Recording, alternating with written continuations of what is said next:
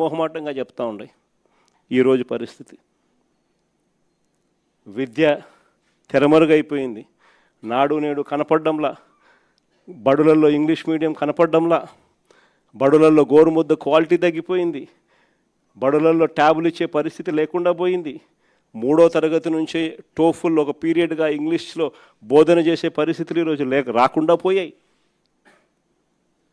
చదువులు పూర్తిగా తిరోగమనంలోకి వెళ్ళిపోయాయి. గవర్నమెంట్ బడులలో పిల్లలు జాయిన్ కావడంలా. విద్య పరిస్థితి అది, వైద్యం పరిస్థితి ఇది. రైతుల పరిస్థితి చూస్తే ఏ పంటకు కూడా ఈరోజు కనీసం గిట్టుబాటు ధరలు రాని పరిస్థితులకి, ఏ పంటకు రాని పరిస్థితి. అంతటి దారుణంగా ఈరోజు వ్యవసాయం జరుగుతూ ఉంది.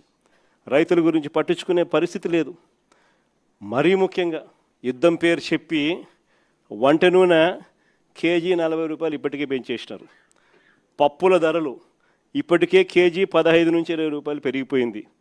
ఉచిత గ్యాస్కు దిక్కు లేదు. కానీ ఈ మనిషి ఈరోజు గ్యాస్ కొనాలనుకున్నా కూడా బ్లాక్లో 2000 ఇస్తావా 3000 రూపాయలు ఇస్తావా అని చెప్పి అడిగే పరిస్థితిలోకి ఇప్పుడే వెళ్ళిపోయింది. ఒకవైపున గ్యాస్ పరిస్థితే, ఈయన గ్యాస్ మాటలతో, గ్యాస్ లైటింగ్తో ఇప్పటికీ ఈ పరిస్థితి ఉంటే, ఈ పెద్ద మనిషి ఇప్పుడు కిరోసిన్ ఇస్తాడంట. 1 లీటర్ కిరోసిన్ ఇస్తాడు, పండగ చేసుకోమంటాడు. అసలు కిరోసిన్ ఇస్తే స్టవ్లు ఆడుండాయి. అందరికీ గ్యాస్ స్టవ్లు ఉన్న పరిస్థితి నుంచి ఇప్పుడు కిరోసిన్ స్టవ్లు కిరోసిన్ స్టవ్లు లేవు. ఈయన 1 లీటర్ కిరోసిన్ ఇస్తా, పండగ చేసుకోమంటాడు. యుద్ధం పేరు చెప్పి గుడ్ల రేట్లు కూడా పడిపోయిన పరిస్థితిలో ఈరోజు రైతు అల్లాడుతూ ఉన్నాడు. మొక్కజొన్న క్వింటాలు 1400 కొనే నాతుడు లేడు. కొక్కోకు ధర లేదు, శనగ పంటకు ధర లేదు, అరటి పంటకు ధర లేదు, టమాటో పంటకు ధర లేదు. రైతుల పరిస్థితి ఇది. అయినా పాలన మీద ఏమాత్రం ధ్యాస లేదు. ఈ మనిషి చంద్రబాబు నాయుడు గారి పాలనలో ఈరోజు పాలనంతా ఒకవైపు ఇట్లా కనపడుతూ ఉంటుంది. మాటలు చూస్తే మాత్రం కోటలు దాటుతాయి. ఈ మధ్యకాలంలో మీ అందరికీ కూడా గుర్తుండే ఉంటుంది. మిట్టల్ స్టీల్ అని చెప్పి, నక్కపల్లిలో మిట్టల్ స్టీల్ అని చెప్పి ఆయనేది ఇచ్చినట్టుగా దానికి బిల్డప్ ఇస్తూ, దానికి ఒక అడ్వర్టైజ్మెంట్ ఇస్తూ, దాని గురించి ఈ మధ్యకాలంలో పెట్టాడు. నాకు ఆశ్చర్యం అనిపించింది. అసలు అయ్యే చంద్రబాబు నాయుడు క్రెడిట్ చోరీకైనా, క్రెడిట్ దోపిడీకైనా ఒక హద్దు పొద్దు ఉండాలి. ఇదే ఆదిత్య మిట్టల్ అనే మిట్టల్ వాళ్ళు, నేను డావోస్ 2022లో డావోస్ పోయినప్పుడు నన్ను కలిసినారు. కలిసి వాళ్ళు అప్పట్లోనే గ్రీన్కో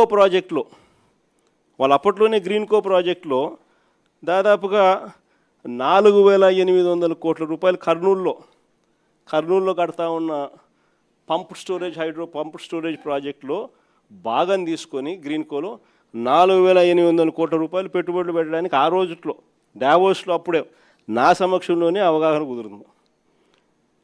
అది కాక అప్పట్లోనే ఎస్ఆర్ స్టీల్ వీళ్ళు కొనుగోలు చేసి దాంట్లో ఎక్స్పాన్షన్ కూడా పోతూ 1000 కోట్ల రూపాయలు పెట్టుబడి పెట్టేదానికి కూడా ఆ రోజే నా సమక్షంలోనే అది కూడా జరిగింది. ఇది కాక వీళ్ళను కొత్త స్టీల్ ప్లాంట్ పెట్టడానికి అడుగులు ముందుకు వేయండి అని చెప్పి ఆహ్వానించింది నేను.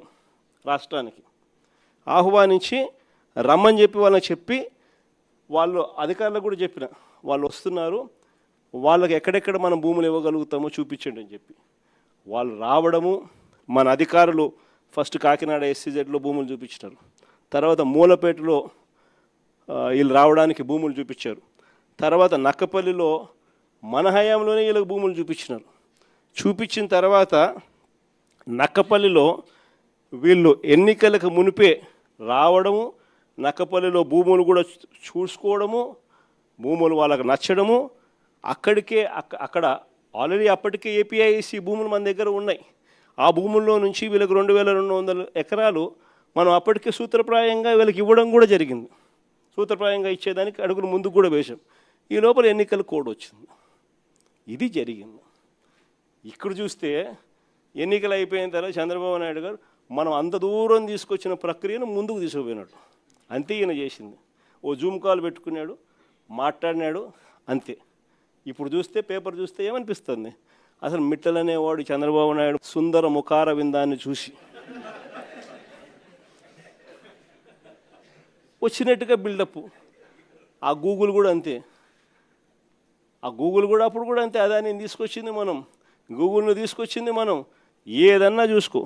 చివరికి ఆశ్చర్యం కలిగించే విషయం ఏమిటనంటే ఇదే నక్కపల్లిలో 2023లోనే మనకు బల్క్ డ్రగ్ పార్కు 13 రాష్ట్రాలతో మనం పోటీపడి కేంద్ర ప్రభుత్వం కూడా బల్క్ డ్రగ్ పార్కు కట్టడానికి సహాయ సహకారాలు అందించేందుకు 1000 కోట్ల రూపాయల డబ్బులు కూడా ఇచ్చేందుకు కూడా ముందుకు వచ్చి వాళ్ళు అడుగులు ముందుకు వేసినారు 2023లోనే. మనకు అది నక్కపల్లిలో దానికి సంబంధించిన ల్యాండ్ కూడా వాళ్ళకు చూపించి 13 రాష్ట్రాలతో పోటీపడి మనం ఆ బల్క్ డ్రగ్ పార్క్ కూడా తీసుకొచ్చినాం రాష్ట్రానికి.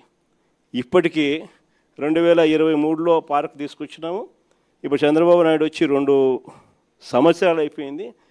ఇప్పటికీ ఆ బల్క్ డ్రగ్ పార్కు అడుగులు ముందుకు పడ్డంలా కొన్ని లక్షల కోట్ల పెట్టుబడులు, కొన్ని వేల ఉద్యోగాలు కార్యక్రమం దానివల్ల జరుగుతుంది. అట్లాంటిది అక్కడ కూడా అడుగులు ముందుకు వేయడంలా వెనక్కి పోయింది. దాన్ని మళ్ళీ కాంప్లికేట్ చేస్తూ అక్కడ ఉన్న ల్యాండ్ సరిపోతుంది, ఆ ల్యాండ్ సరిపోదని చెప్పి ఇంకా ఎక్కువ ల్యాండ్ కావాలని చెప్పి ఇంకా అడుగులు ముందుకు వేసినారు. వేసేసరికి కథ రివర్స్ అయింది.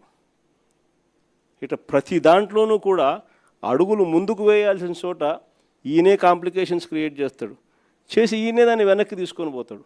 ఇంతెందుకు, మన హయాంలోనే 3 పోర్టులు కడతా ఉన్నాం. మీ అందరికీ కూడా తెలిసిందే. రామాయపట్నం పోర్టు దాదాపుగా 80% మన హయాంలోనే పూర్తి చేసినాం. ఇంకా ఈ మిగిలింది 20%. మూలపేటలో మన హయాంలోనే పోర్టు 30% పూర్తి చేసినాం. మన హయాంలోనే ల్యాండ్లు పూర్తి చేసినాం, పర్మిషన్లు పూర్తి చేసినాం, ఫైనాన్షియల్ క్లోజర్ పూర్తి చేసినాం, డబ్బులకు ఇబ్బంది లేకోకుండా దానికి సపరేట్ బ్యాంక్ అకౌంట్ క్రియేట్ చేసి సపరేట్గా దానికి లోన్ శాంక్షన్ చేసి సపరేట్గా దానికోసం చేసినాం. మూలపేట అయినా, రామాయపట్నం పోర్ట్ అయినా, లేదా మచిలీపట్నం పోర్ట్ అయినా. మచిలీపట్నం కూడా 30% పూర్తి అయిపోయింది మన హయాంలోనే. ఈ రోజుకి 2 ఏళ్ళు అయిపోయింది. అన్ని చోట్ల పనులు ఆపేసినాడు. వీళ్ళకి సంబంధించిన వాళ్ళకి సబ్ కాంట్రాక్టులు, వీళ్ళకి సంబంధించిన వాళ్ళకే వాళ్ళని తప్పించి కాంట్రాక్ట్, వీళ్ళకి సంబంధించిన వాళ్ళకి కాంట్రాక్టులు ఇప్పించుకోవడంతో కనీసం అదన్న పనులు జరుగుతున్నాయంటే లేదు, అది కూడా అయిపోయినా. ఏమంటే తొందరగా పని అయిపోతే జగన్ క్రెడిట్ వస్తుంది కాబట్టి పని ఆపు. పనులు ఆపి ఆడ చుట్టుపక్కల భూములు మళ్ళా వీళ్ళ మనుషుల చేత కొనుగోలు చేయించే కార్యక్రమాలు మచిలీపట్నంలో వాళ్ళు మొత్తుకుంటున్నారు. ఉన్నదానికి ఆల్రెడీ ల్యాండ్ ఇచ్చినాం, ఆల్రెడీ పోర్టు జరుగుతూ ఉంది. చెన్నైలో పోర్టు ఎన్ని ఎకరాల్లో ఉంది చెన్నైలో పోర్టు? ఇక్కడ వీళ్ళకు 2000 ఎకరాల్లో పోర్టు కడతారు, పైన ఇచ్చినాం. పోర్టు కడతా ఉన్నారు, ఆపేసినాడు. ఇంకా ల్యాండ్ అక్విజిషన్ చేయాలంట. వీళ్ళ బినామీలందరినీ పంపించినాడు, భూములు కొనుగోలు చేసే కార్యక్రమం చేస్తూ ఉన్నాడు. దాని తర్వాత దాన్ని మొదలు పెడతాడంట. ప్రతి అడుగులోనూ కూడా నాకేంది అనే పద్ధతిలో రాష్ట్రాన్ని దోచుకోవడంతోనే ఈరోజు ఎక్కడ చూసినా కూడా అడుగులు జరగబడుతున్నాయి. ఇలాంటి వాతావరణంలో రేపొద్దున 2029 ఎన్నికలు జరగబోతున్నాయి. ఇంకా మీ అందరికీ కూడా ఇంకొక శుభవార్త ఏమిటి అని అంటే రాష్ట్రంలో సీట్లు కూడా పెరుగుతున్నాయి. 175 కాస్త 263 స్థానాలకు ఏకంగా 50% పెంచి 263 స్థానాలకు పోతున్నాం. పార్లమెంటు స్థానాలు కూడా 25 నుంచి ఏకంగా 38 స్థానాలకు పార్లమెంటు స్థానాలు కూడా పెరుగుతూ ఉన్నాయి.